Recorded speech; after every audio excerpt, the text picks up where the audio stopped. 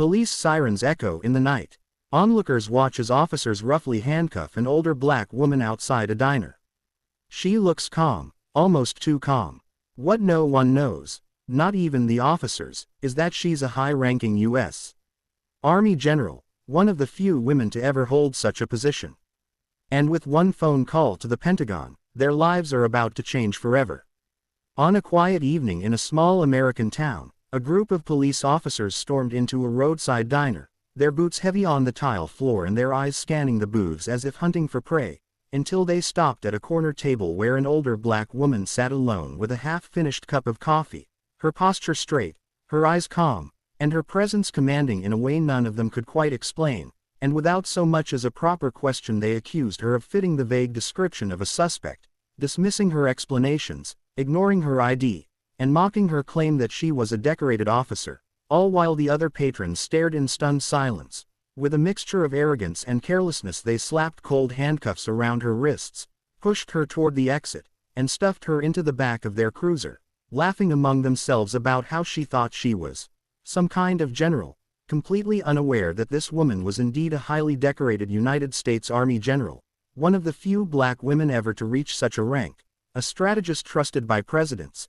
and a leader who had overseen missions that had changed the course of wars. And though they treated her like a common criminal, she remained utterly calm, her mind calculating every second, her dignity unshaken, for she knew that in mere moments, their entire world would collapse around them. Once inside the bleak confines of the station, they tossed her into an interrogation room, smugly reminding her that resistance would only make things worse, but instead of panicking or begging for leniency, she simply sat upright, her eyes steady, her voice even, and when they begrudgingly offered her the right to a single phone call, she dialed a number none of them recognized, speaking in short, clipped sentences that carried the weight of authority, and though the officers outside laughed and mocked, claiming she was calling her imaginary Pentagon friends, their laughter quickly faded as the station phones began ringing one after another, the dispatcher's eyes widening as she whispered to the chief that Washington was on the line, demanding immediate clarification. Then another line rang, and another,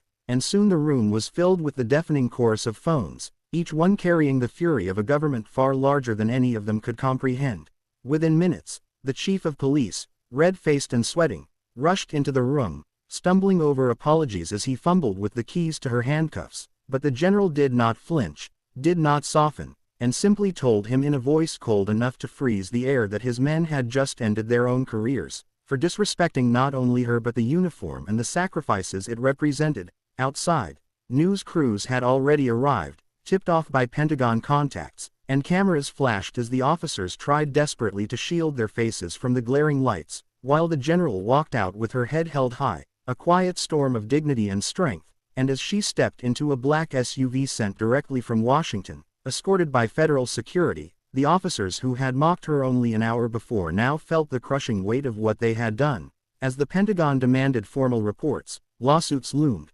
suspensions turned into firings, and the public outrage burned across the nation, turning the nameless woman they had ridiculed into